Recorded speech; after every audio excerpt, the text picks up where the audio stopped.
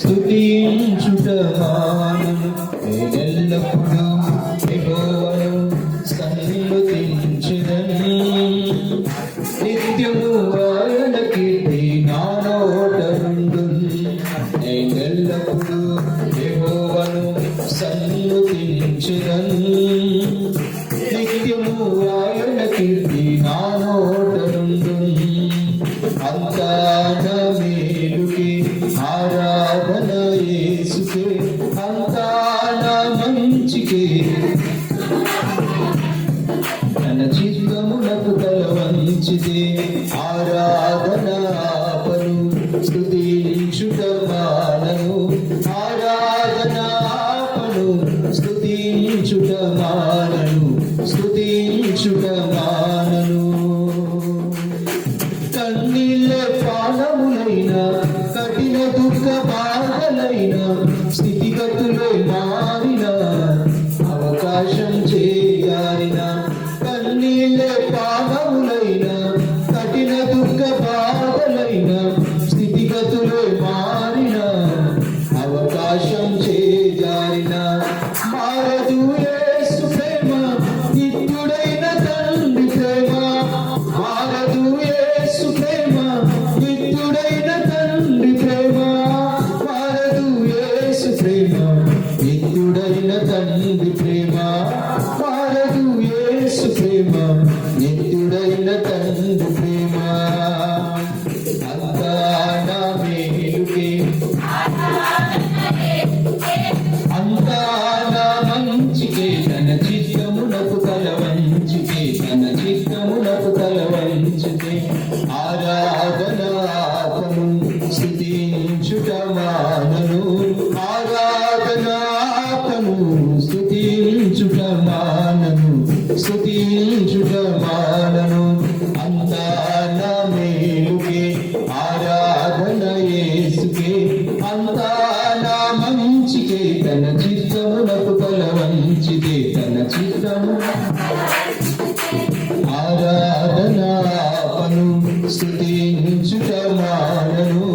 ఆరాధన ఆపను, స్తుతించుట మానను, స్తుతించుట మానను. నేనెల్లప్పుడూ యెహోవాను సన్నుతించెదను. నిత్యము ఆయన కీర్తి నా నోట నుండును. నేనెల్లప్పుడూ యెహోవాను సన్నుతించెదను. నిత్యము ఆయన కీర్తి నా నోట నుండును. అంతా నా మేలుకే ఆరాధన యేసుకే, అంతా నా మంచికే. తన చిత్తమునకు తల వంచితే ఆరాధన ఆపను, స్తుతించుట మానను. ఆరాధన ఆపను, స్తుతించుట మానను, స్తుతించుట మానను, స్తుతించుట మానను.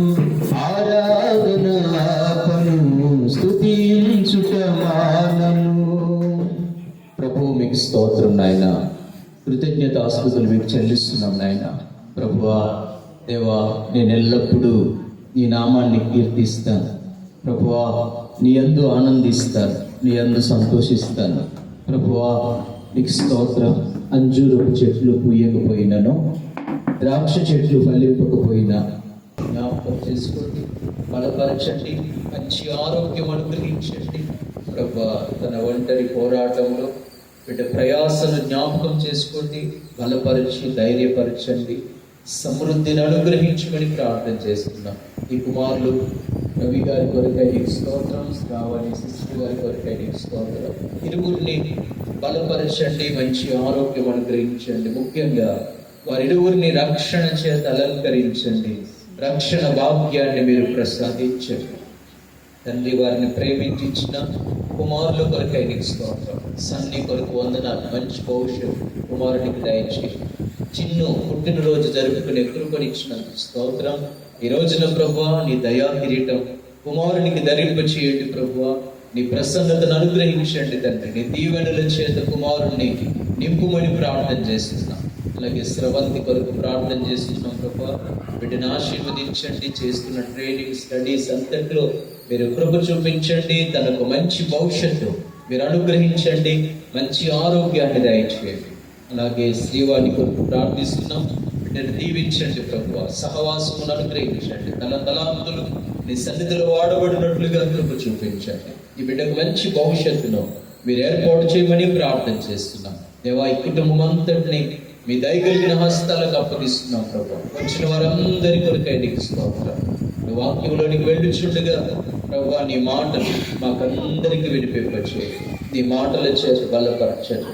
నీ మాటల చేత మమ్మల్ని తృప్తిపరచండి. నిలవబడ్డాను ప్రభు, నన్ను మరుగుపరచండి దేవా. దేవా నా మాటలు మరుగుపరచండి. మీరే మా అందరితో మాకు అవసరమైన వాక్యము చేత మాట్లాడి బలపరచమని, మహిమ ఘనత ప్రభావములు మీరు మాత్రమే పొందుమని యేసు నామములో ప్రార్థన చేసి పొంది ఉన్నాము తండ్రి. ఆమేన్. హల్లెలూయా. ప్రభు నామములో మహిమ ఘనత ప్రభావములు చెందునుగాక. కూడి ఉన్న మీకందరికీ యేసుక్రీస్తు నామంలో వందనాలు తెలియపరుస్తూ, అలాగే మరి చిన్నుకు హృదయపూర్వకమైన పుట్టినరోజు శుభాకాంక్షలు తెలియపరుస్తున్నాం. హల్లెలూయా. కొన్ని నిమిషాలు దేవుని మాటలు మనం జ్ఞాపకం చేసుకుందాం. దేవుని వాక్యాలు, దేవుని మాటలు జ్ఞాపకం చేసుకుందాం. పరిశుద్ధ గ్రంథంలో ఉంది కొరింథీయులకు రాసిన మొదటి పత్రిక, కొరింథీయులకు రాసిన మొదటి పత్రిక 14వ అధ్యాయం 20వ వచనాన్ని చదువు. సహోదరులారా, మీరు బుద్ధి విషయమై పసిపిల్లలు కాక దుష్టత్వము విషయమై శిశువులుగా ఉండుడి. బుద్ధి విషయమై పెద్దవారులై ఉండుడి. హల్లెలూయా. మనకి జరుగుతున్నటువంటి ఈ యొక్క కుటుంబ ఆరాధనలు మరియు పుట్టినరోజు రెండు సందర్భాలు, ఈ రెండు సందర్భాలను మనం జోడించి వాక్యాన్ని జ్ఞాపకం చేసుకుందాం. హల్లెలూయా. వింటున్నారు కదా అందరూ? గ్యాస్ ఇక్కడే ఉంది కదా, ఇక మసలు గిసులు ఏం లేదు కదా. స్తోత్రం. హల్లెలూయా.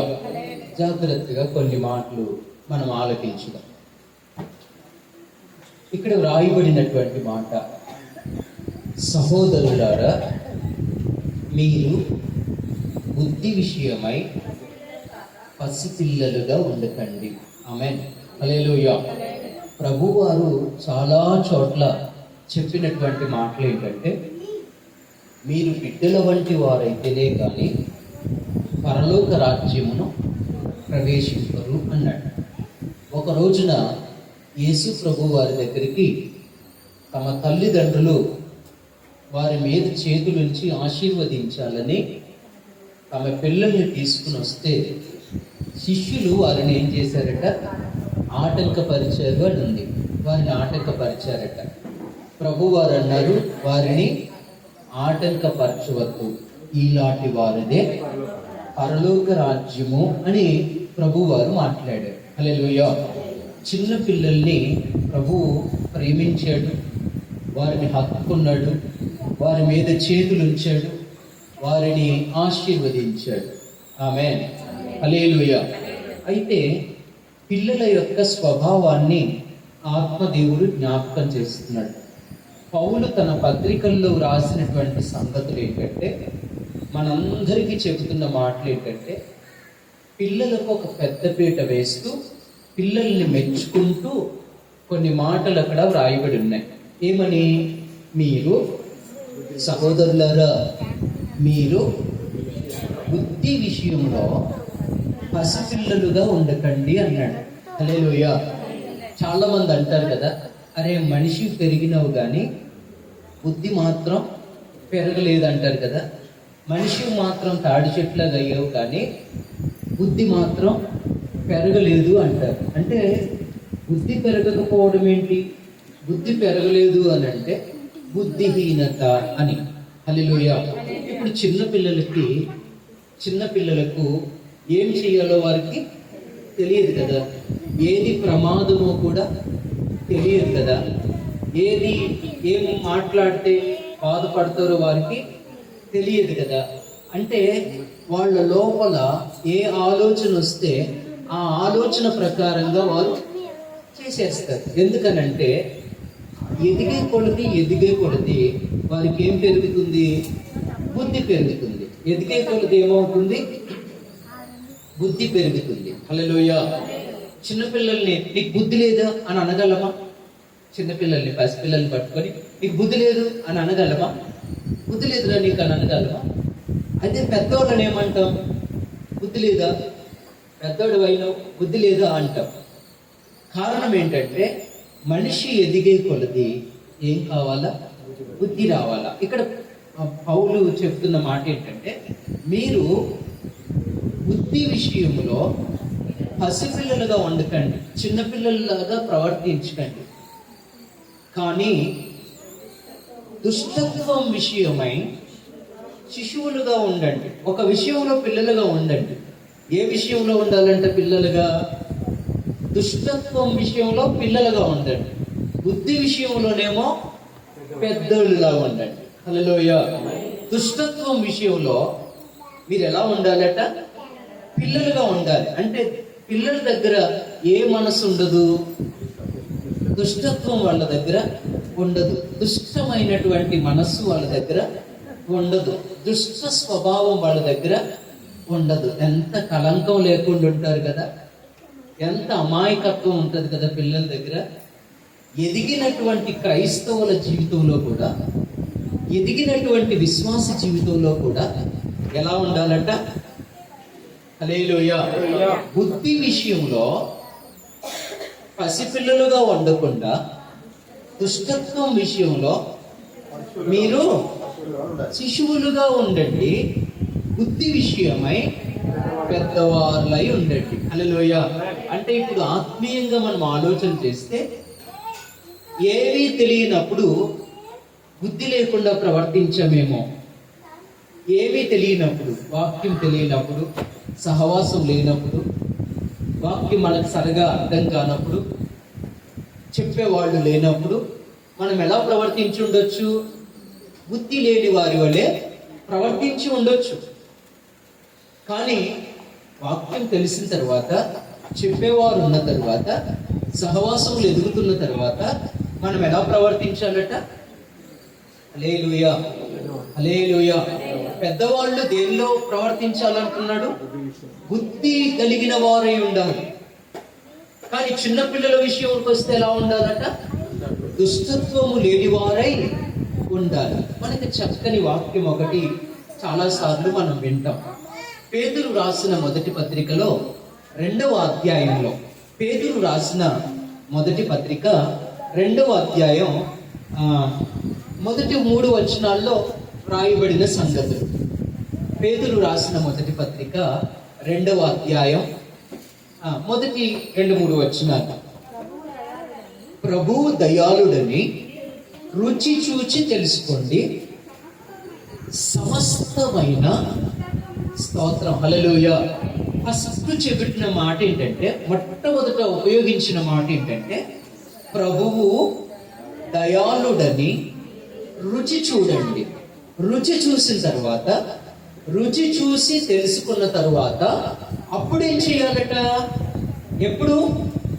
ప్రభువును తెలుసుకున్న తర్వాత, ప్రభు యొక్క రుచి ఏంటో మనకు అర్థమైన తర్వాత, ప్రభు గొప్పతనం ఏంటో మనకు తెలిసిన తర్వాత, ఆయన మహాత్మ్యం ఏంటో తెలిసిన తర్వాత అప్పుడు ఏం చేయాలట?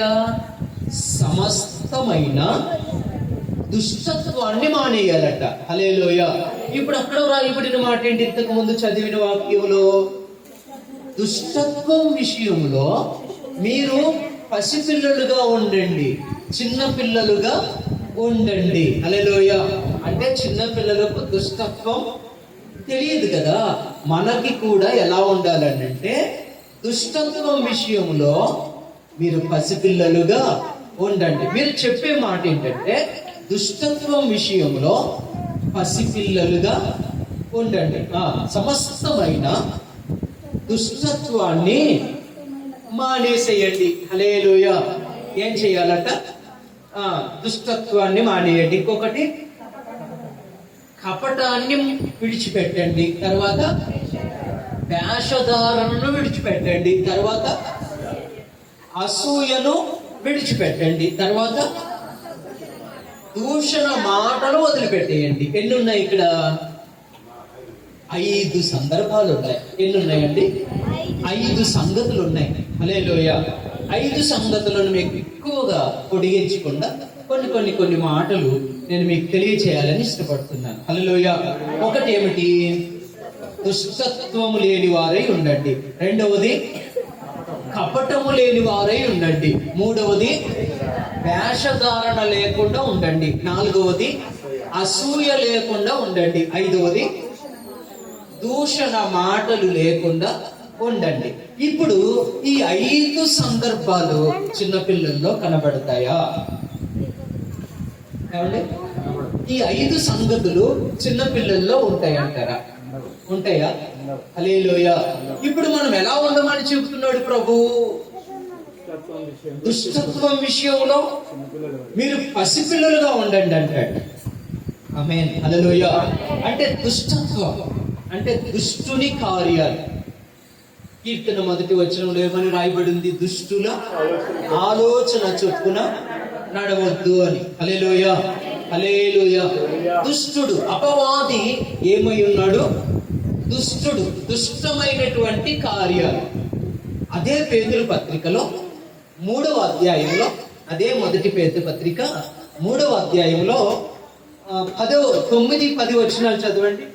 అదే పేతురు, ఆశీర్వాదమునకు వారసులగుటకు మీరు పిలువబడితే. హల్లెలూయా. హల్లెలూయా. అంటే దుష్టత్వం అంటే ఏంటో అక్కడ చెబుతున్నాడు. మనం ఎందుకు పిలువబడ్డామట? ఆశీర్వాదమునకు వారసులవ్వడానికి పిలువబడ్డామట. ఆమేన్. ఆశీర్వాదానికి వారసులవ్వడానికి మీరు పిలువబడ్డారు కాబట్టి ఏం వదులుకోవాలి? కీడునకు ప్రతి కీడు ఎవరికి చేయొద్దు. కీడుకు ప్రతి కీడు ఎవరికి చేయొద్దు. హల్లెలూయా. అంటే దీవించబడాలంటే, ఆశీర్వదించబడాలంటే కీడుకు ప్రతి కీడు ఎవరికి చేయొద్దు. ఒకడు హాని చేశాడు కదా అని ఇంకొకరికి హాని చేయొద్దు. హల్లెలూయా. తర్వాత దూషణకు ప్రతి దూషణ చేయొద్దు. ఒకడు దూషించాడు కదా అని మనం ఇంకొకరిని దూషించొద్దు. ఒకరు తిట్టారు కదా అని ఇంకొకరిని మనం తిట్టొద్దు. ఒకరు కొట్టారు కదా అని ఇంకొకరిని మనం కొట్టొద్దు. కీడుకు ప్రతి కీడు చేయొద్దు. దూషణకు ప్రతి దూషణ చేయకుండా ఉన్నాం అనుకోండి, అవతలలో మనల్ని ఎలా లెక్కేస్తారు?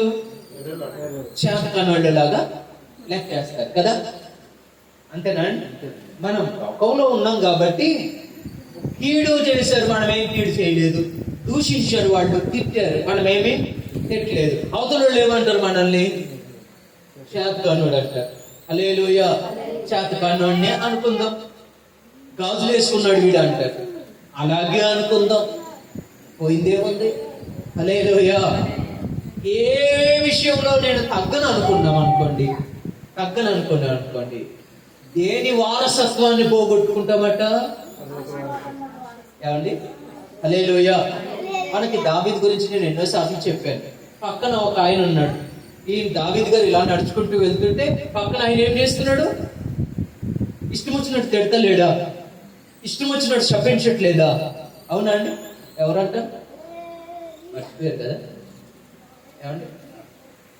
హల్లెలూయా. పక్కన ఆయన ఏం చేస్తున్నాడు అంటారు? చెప్పు చూడండి పాప, చెప్పండి.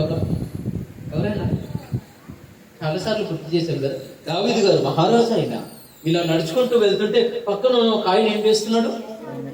ఇష్టం వచ్చినట్టు తిడుతున్నాడు కదా, ఇష్టం వచ్చినట్టు మాట్లాడుతున్నాడు. దూషణకు ప్రతి దూషణ అయినను, కీడుకు ప్రతి కీడైనను మీరు ఎవరైనా గుర్తు రాలేదా? హల్లెలూయా. లాస్ట్ దాకా చెప్తారా? అయితే నీకు గుర్తుందా లేదా అని అనుకోగలను, నాకు లోపల ఉంది. హల్లెలూయా.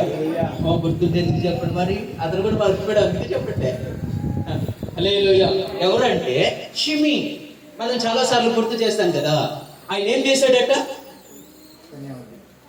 అక్క నుండి ఎందుకనంటే దావీదు ఎందుకు ఊరుకున్నాడంటే, ఎందుకు మౌనంగా ఉన్నాడంటే, ఆశీర్వాదమునకు వారసులు అవడానికి దేవుడు మనల్ని దీవించబడాలంటే, ఆశీర్వాదానికి వారసులం కావాలంటే దూషణకు ప్రతి దూషణైనను కీడునకు ప్రతి కీడైనను మీరు చేయకండి. ఇంకా ముందుకు చదవండి కొంచెం. 10వ వచనం. జీవమును ప్రేమించి మంచి దినములు చూడబోరు వారు హల్లెలూయా చెడ్డ దానిని పలకకుండా. అంటే అవతలోడు ఏం మాట్లాడాడని అర్థం ఏమండి? బూతులు చెడ్డయ్య మంచి అంటారు. అవతలోడు ఏం మాట్లాడాడు? చెడ్డయ్య మాట్లాడాడు. అవతలోడు మాట్లాడాడు కదా అని నేను ఇప్పుడు చెడ్డ మాటలు మాట్లాడాలనా? నాకు అవసరం అంటారా? ఈ మనిషి దగ్గర ఒకవేళ నేను చిన్న అయిపోవచ్చు, కానీ నేను ఎందుకు పిలువబడ్డానంటే ఆశీర్వాదమునకు వారసుడని అవడానికి. అందుకే వాడు తిట్టినండి. హల్లెలూయా. వాడు దూషించిన నేను దూషించను. కారణం ఏంటంటే ఆశీర్వాదమునకు వారసుడు అవడానికి నన్ను దేవుడు పిలిచాడు. హల్లెలూయా. స్తోత్రం. హల్లెలూయా. కాబట్టి మీరు ఏమనుంది? జీవమును ప్రేమించి మంచి దినములు అంటే ఏం చూడాలి మనం? అక్కడేమనుంది? ఆశీర్వాదమునకు వారసులు అవ్వాలి.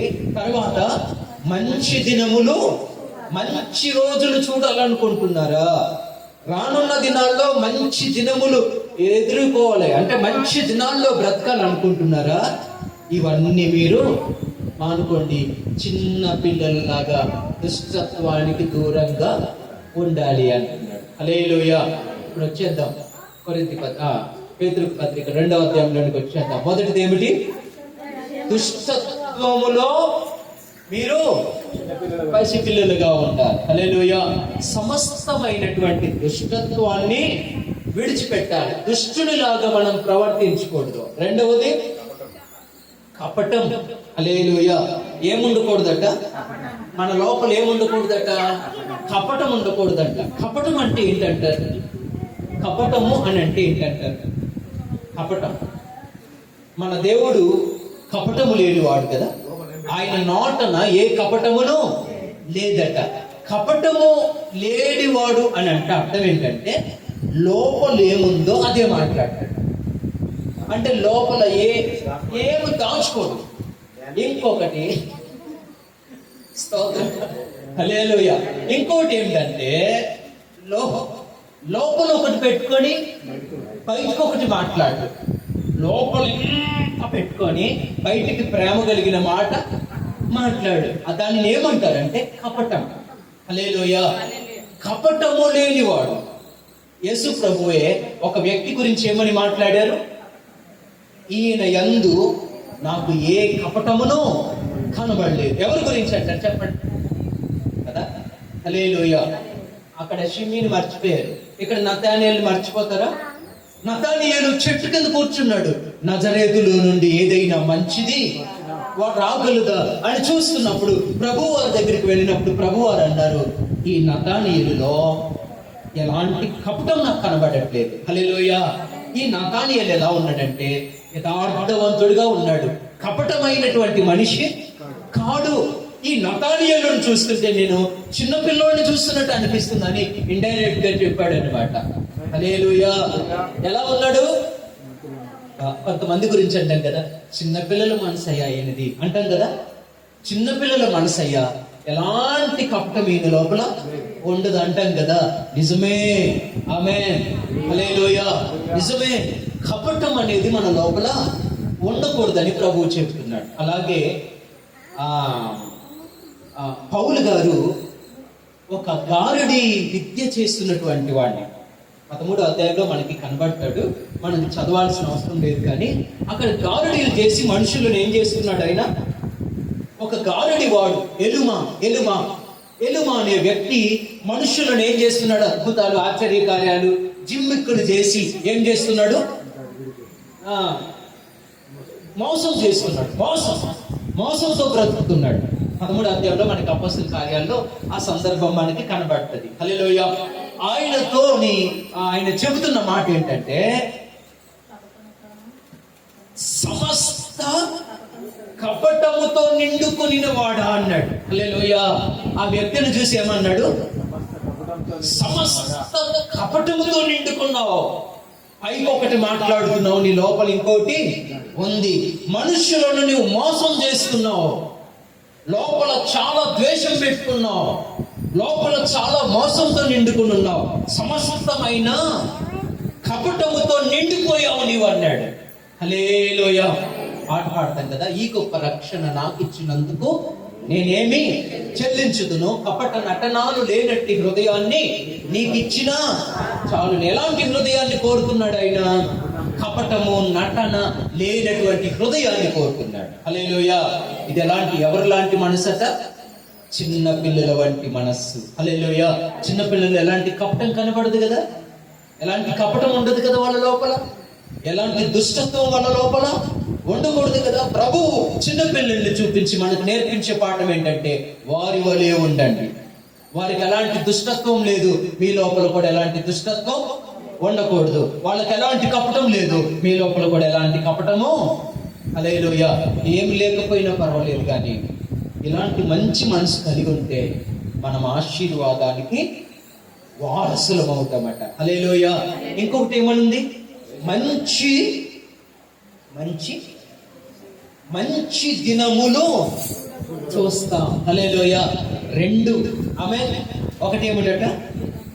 ఈ దుష్టత్వాన్ని, ఈ కపటాన్ని ఎప్పుడైతే విడిచిపెడతామో అప్పుడు మనం దేనికోసం పిలువబడ్డట్టు?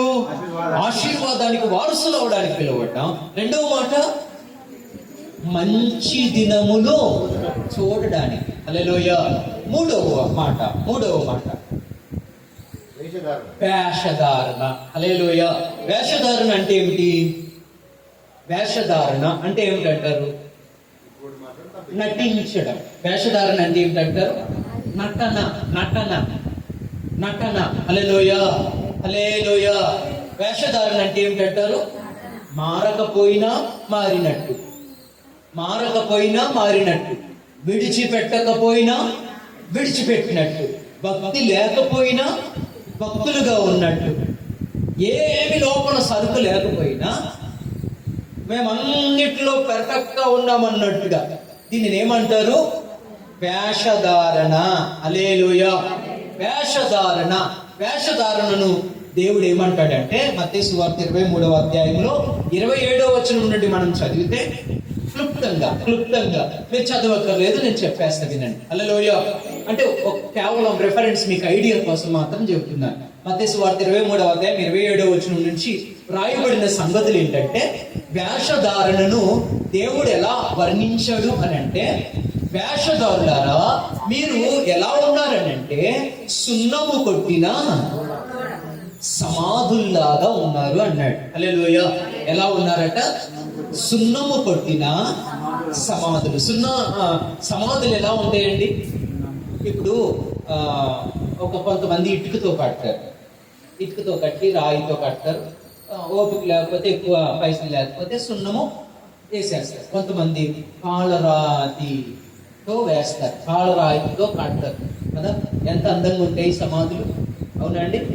ఎంత బాగుంటాయి కదా. కొన్ని మన ఇళ్లల్లో ఉంటాయి, కానీ సమాధులకు మాత్రం భలే ఉంటాయి. ఇంట్లో కూడా వేసుకోము అలాంటి, కానీ సమాధులకు మాత్రం చాలా చక్కని బండ వాడటం. తప్పని నేను అంటలేదు, వేయొద్దని కూడా నేను చెప్పను, కానీ అంటే అంత అందంగా కనబడతాయి కదా. హల్లెలూయా. ఎక్కడ అందంగా కనబడతాయి అవి? పైకి. సున్నం వేస్తే ఎలా కనబడతాయి? అందంగా కనబడతాయి. పెయింట్ వేస్తే ఎలా కనబడతాయి? అందంగా కనబడతాయి. దాన్ని తవ్వి చూస్తే ఏముంటాయి అంటారు? ఎముకలు ఉంటాయి. అదే ఆ వచనంలో అదే రాయబడి ఉంది. హల్లెలూయా. ఆ మాట చదవండి, ఒకవేళ తీసిన వాళ్ళు ఉంటే. బయట మీరు ఎలా కనబడతారు? చాలా అందంగా కనబడతారు, కానీ లోపల చచ్చిన వారి ఎముకలు. హల్లెలూయా. ఏమున్నదంట లోపల? అంటే వేషధారణను దేవుడు దేంతో పోల్చాడు? ఏమండి? సున్నము కొట్టిన మనుషులు, చాలా మంది విశ్వాసులు గాని దేవుని పిల్లలు గాని ఎలా కనబడతారట? ఎలా కనబడతారట? సమాధులు ఎలా అందంగా కనబడతాయో అలా కనబడతారట. కానీ లోపల చూస్తే సమాధుల లోపల ఎలాంటి ఎముకలు, కుళ్ళు ఉంటుందో అలాంటి కుళ్ళు ఉంటదట.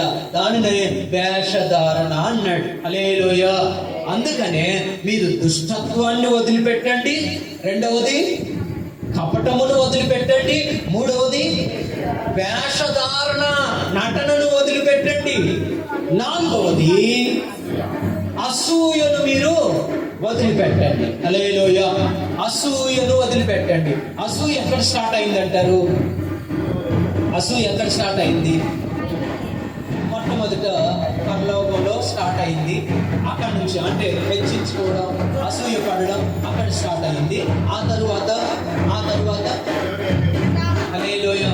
ఇప్పుడు కయీను ఉన్నాడు, హేబేలు ఉన్నాడు. ఎవరి అర్పణ దేవుడు అంగీకరించాడు? హేబేలు అర్పణ అంగీకరించినందుకు హేబేలు మీద ఎవరు అసూయ పడ్డారు? కయీను అసూయ పడి ఏం చేశాడంట? చంపేశాడట. హల్లెలూయా.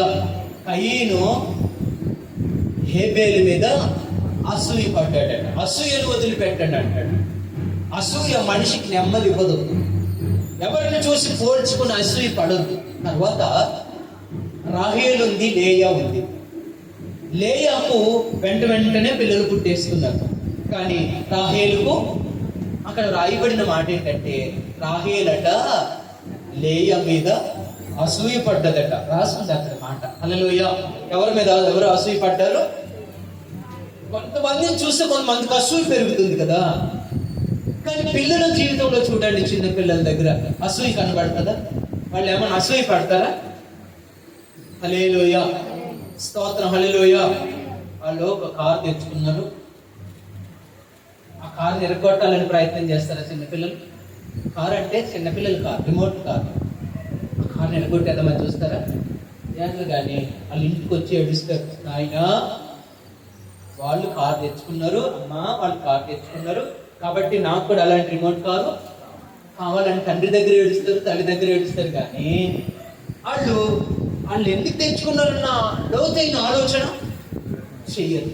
అసూయ మనిషిని ఏం చేస్తుంది?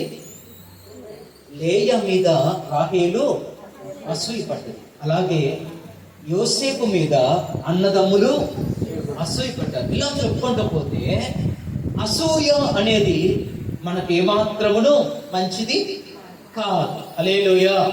అసూయను వదిలిపెట్టమన్నాడు. 5 విషయాలు ఉన్నాయి కదా. ఒకటేమిటి?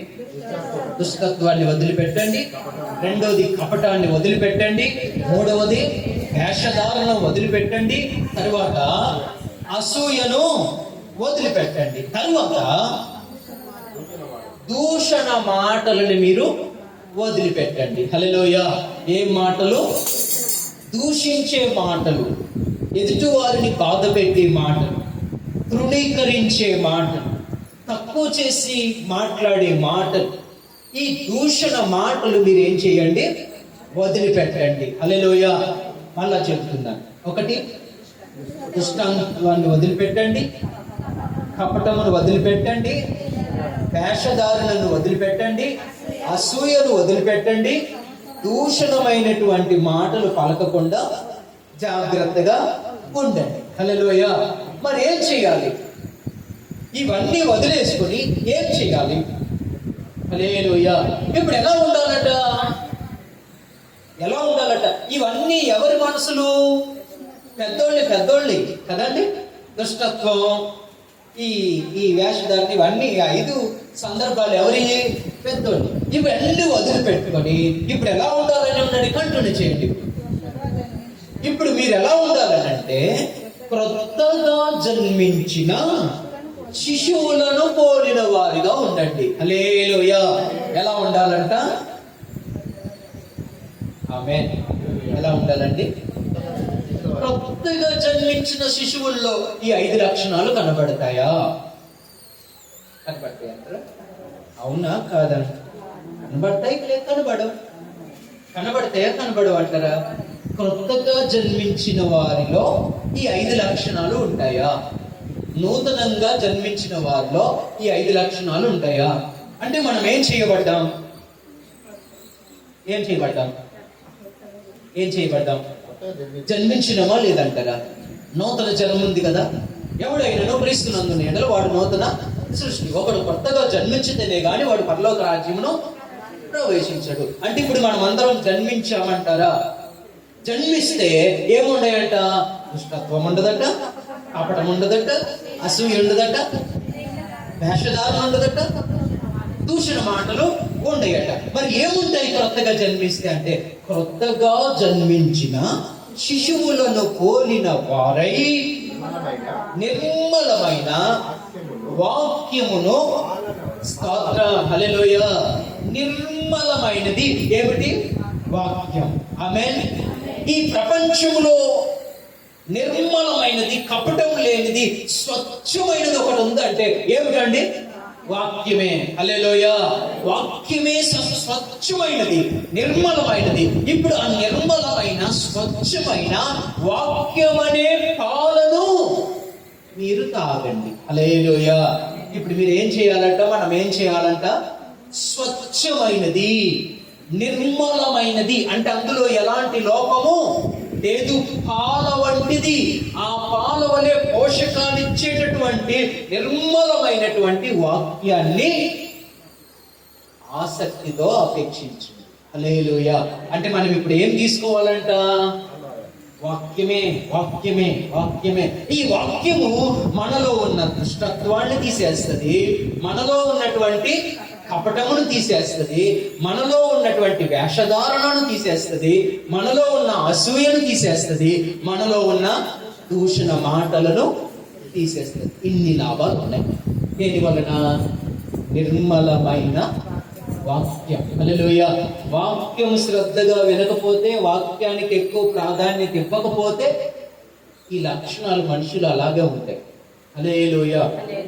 అందుకే చెప్తున్నాం, రాని వాళ్ళ గురించి ఇక ఆలోచన చేయకుండా ప్రతి ఉదయం సాయంత్రం మీరందరూ శ్రద్ధతో, ఇంత ఆసక్తితో వస్తున్నారు. దేని కొరకంటే వాక్యం అనే నిర్మలమైన స్వచ్ఛమైన వాక్యం అనే పాలను అపేక్షించడానికి, హల్లెలూయా, స్వీకరించడానికి. ఆ వాక్యం మనలో ఉన్నటువంటి బలహీనతలన్నిటిని ఏం చేస్తుందట? తీసేస్తుంది. ఆ మాట చదివి ముగించేద్దాం. ఫస్ట్ మనం చదివిన మాట చదువుకుని ముగించేద్దాం. ఏం తీసామంటారు? ఫస్ట్ కొరింథీయులకు రాసిన పత్రిక, మొదటి పత్రిక 14వ అధ్యాయం. ఆ సహోదరులారా, మీరు బుద్ధి విషయమై పసిపిల్లలు కాక దుష్టత్వం విషయమై శిశువులుగా ఉండుడి. హల్లెలూయా. బుద్ధి విషయమై పెద్దవాళ్ళలాగా ఉండండి. ఆమేన్. ఈరోజు పుట్టినరోజు జరుపుకున్నటువంటి చిన్ను మరి కలంకం లేకుండా, దుష్టత్వం లేకుండా, కపటం లేకుండా, దూషణ మాటలు లేకుండా, అసూయ లేకుండా ఆ పిల్లలు వంటి స్వచ్ఛమైన మనస్సు ప్రభు మనందరికి ఇచ్చును గాక. ఆమేన్. హల్లెలూయా. ఆత్మ సంబంధమైన విషయంలో ఇలాంటి పసిపిల్లల వంటి మనస్సును ప్రభు మనకిచ్చి ఆయన పాల వలన వచ్చే బలము చేత మనం అందరం నింపబడుదుము గాక.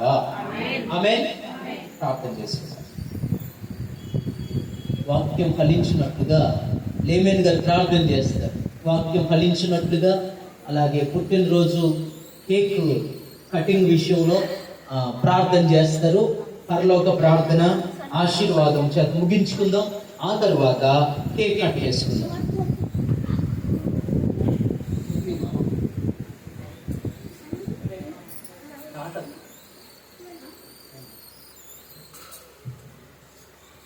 ప్రార్థన చేసుకుందాం. అందరూ ప్రార్థన చేసుకుందాం. అందరం కన్నుకున్నట్లయితే ప్రార్థన. మహాపరిశుద్ధుడైన దేవా, వందనాలు స్తుతిస్తున్నాం. స్తోత్రాలు నా తండ్రి ప్రభా. గడిచిన దినం మొదలుగా నాయన ఈ సాయంత్రం వరకు నీ సన్నిధానం మమ్మల్ని కాచి కాపాడిన ప్రభా నా తండ్రి, నీ సన్నిధానంలో నా ప్రభా మరియు సునీత గారి గృహంలో నా తండ్రి చక్కటి మాటలు చక్కటి వర్తమానం విని నా తండ్రి ప్రభా, ఈ లోకమందు కలుషితమైన మనసుతో కాక చిన్నపిల్లల వంటి హృదయం కలిగి జీవించుట ప్రభా నువ్వు ఇచ్చే ధన్యత, నువ్వు ఇచ్చే వరమని మేము తెలుసుకొని ఉన్నాం నా తండ్రి. ఈ లోకం శాశ్వతం కాదు, మరి లోకం శాశ్వతం అని విశ్వసించే వాక్యం విన్నాం తండ్రి. అవునా తండ్రి, గొప్ప దేవానికే స్తుతి స్తోత్రాలు చెల్లిస్తున్నాం. అవునా తండ్రి ప్రభా, నీ కుమారుడు గృహంలో చిన్న పుట్టినరోజు పురస్కరించుకున్నారు తండ్రి ప్రభా. ఈ సన్నిధానంలో నాయన ఇప్పటి వరకు నిన్ను పాటలతో మహిమపరిచి ఉన్నాం నా తండ్రి. నీకే స్తుతి స్తోత్రాలు చెల్లిస్తున్నాం. ఆ బిడ్డ పుట్టుక దినం మొదలుకన్నా ప్రభా మరొక నూతన సంవత్సరంలో అయినా దయాకిరీటంగా ఇవ్వమని అడుగుతున్నాం నాయన. రవికి దంపతులకు ఇచ్చిన 2 గర్భఫలాలను దీవించి ఆశీర్వదించుము. వారి ఎదుగుదల యందు బుద్ధి జ్ఞానమందు నా తండ్రి ప్రభా నీ కృప చూపండి. ఈ గృహం చుట్టూ నీ చల్లని దీవెన ఉంచండి నా తండ్రి. నీ దూతలను కాపుదలగా ఉంచండి నాయన. ఈ కుటుంబము నా ప్రభా నీ యందు విశ్వాసం ఉంచిన కుటుంబమై నా ప్రభా ఉండాలి నా తండ్రి. అవునా తండ్రి ప్రభా, సంఘమంతా కలిసి ఈ స్థలమందు ప్రార్థిస్తుండగా నీ సన్నిధి, నీ కృప, నీ దయచేయమని అడుగుతున్నాం నా తండ్రి. ఈ పుట్టుక రోజు విషయంలో తండ్రి ప్రభా ఇచ్చిన వర్తమానం నా ప్రభా మా హృదయంలో పదలపరుచుకొని నా తండ్రి ప్రభా ఈ లోకమందు జీవించే కృప దయచేయమని అడుగుతున్నాం తండ్రి. నాయన సంఘమంతా కూడుకొని ఇక్కడ ప్రార్థిస్తున్నారు తండ్రి. వచ్చిన ప్రతి బిడ్డను దీవించి ఆశీర్వదించమని అడుగుతున్నాం. సంఘ కాపరిని దీవించి ఆశీర్వదించమని అడుగుతున్నాం నాయన. ఈ 2 డేస్ విషయంలో నాయన మేము ప్రార్థిస్తున్నాం నా తండ్రి. ప్రయాసపడకుండా నా ప్రభా ప్రతి బిడ్డ నీ యందు నాయన ఆతృతతో నా ప్రభా తప్పికొని నీ వాక్యం కోసం ఎదురు చూస్తున్నారు ప్రభా. వారికి శాంతి, సమాధానం, నెమ్మదిని దయచేయండి. చక్కటి వర్తమానం అందుకునే కృపను దయచేయండి నా తండ్రి ప్రభా. మరి ముఖ్యంగా సంఘంను అభివృద్ధి బాటలో నడిపించండి నాయన. సంఘాన్ని నడిపిస్తున్న నాయకులను దీవించి ఆశీర్వదించమని అడుగుతున్నాం. మరి ముఖ్యంగా నా తండ్రి ప్రభా నూతన మందిర విషయమై మేము ప్రార్థిస్తున్నాం నా తండ్రి. నా తండ్రి ప్రభా మా తలంపులు వేరు, నీ తలంపులు వేరు రాజా. అయినప్పటికీ నా తండ్రి నీ చిత్తం చొప్పున నాయన జరిగించం నా దేవా. నా తండ్రి ప్రభా మేము ప్రయత్నిస్తున్న ప్రయత్నం అంతా నా ప్రభా నీవు దాన్ని ఆశీర్వాదకరంగా ఉంచమని అడుగుతున్నాం నా తండ్రి ప్రభా. నా దేవా నీకే స్తుతి స్తోత్రాలు చెల్లిస్తున్నాం నా తండ్రి ప్రభా. ఇప్పుడు మరి నాయన చిన్న కుమారుడు కేక్ కట్ చేస్తుండగా నా తండ్రి ఆ బిడ్డకు నాయన నీ చక్కటి దీవెనను దయచేయమని అడుగుతున్నాను తండ్రి. ఇది ఎలాంటి వారిదే పరలోక రాజ్యం అని నీవు చిన్నపిల్లలను ఎత్తుకొని ముద్దాడిన గొప్ప దేవుడు నా తండ్రి. నాయన ఆ కుమారుని బర్త్డే విషయమై మేము ప్రార్థిస్తున్నాం నా తండ్రి. నాయన తండ్రి ప్రభా ఇది ముగించుకొని మా గృహంలోకి వెళ్ళే కృప దయచేయమని అడుగుతున్నాం నా తండ్రి. రేపు జరగనైన ఆరాధన ప్రభా మరి ఏ ఆటంకం లేకుండా నీ కృపాని సరే దయచేయమని మమ్మల్ని మేము తగ్గించుకుంటూ యేసు నజరేయుడైన నామమున అడిగి పెట్టుకొంచున్నాము నా తండ్రి. ఆమేన్. పరలోకమందున్న మా తండ్రి, నీ నామం పరిశుద్ధపరచబడును గాక, నీ రాజ్యం మాకు వచ్చును గాక, నీ చిత్తం పరలోకమందు ఎలాగో అలాగే భూమి మీద నెరవేరును గాక. మాకు కావలసిన ఆహారం మాకు దయచేయండి. మా రుణస్తులు క్షమించిన ప్రకారం మాకు క్షమించు. మా శోధనలోకి తప్పించు. ఎందుకంటే రాజ్యం, బలం, మహిమ నిరంతరం నీవైనావు తండ్రి. ఆమేన్. పరమ తండ్రి అయిన దేవుని ప్రేమ, ఆయన కుమారుడును మన రక్షకుడైన యేసుక్రీస్తు కృప, పరిశుద్ధాత్మ యొక్క అన్యోన్య సహవాసం, సమాధానం, నెమ్మది ఇక్కడ కూడిన మనందరికీ, ముఖ్యంగా సునీతం గారి కుటుంబానికి ఇప్పుడు ఎల్లప్పుడు సదాకాలం తోడైండి నడిపించును గాక. ఆమేన్.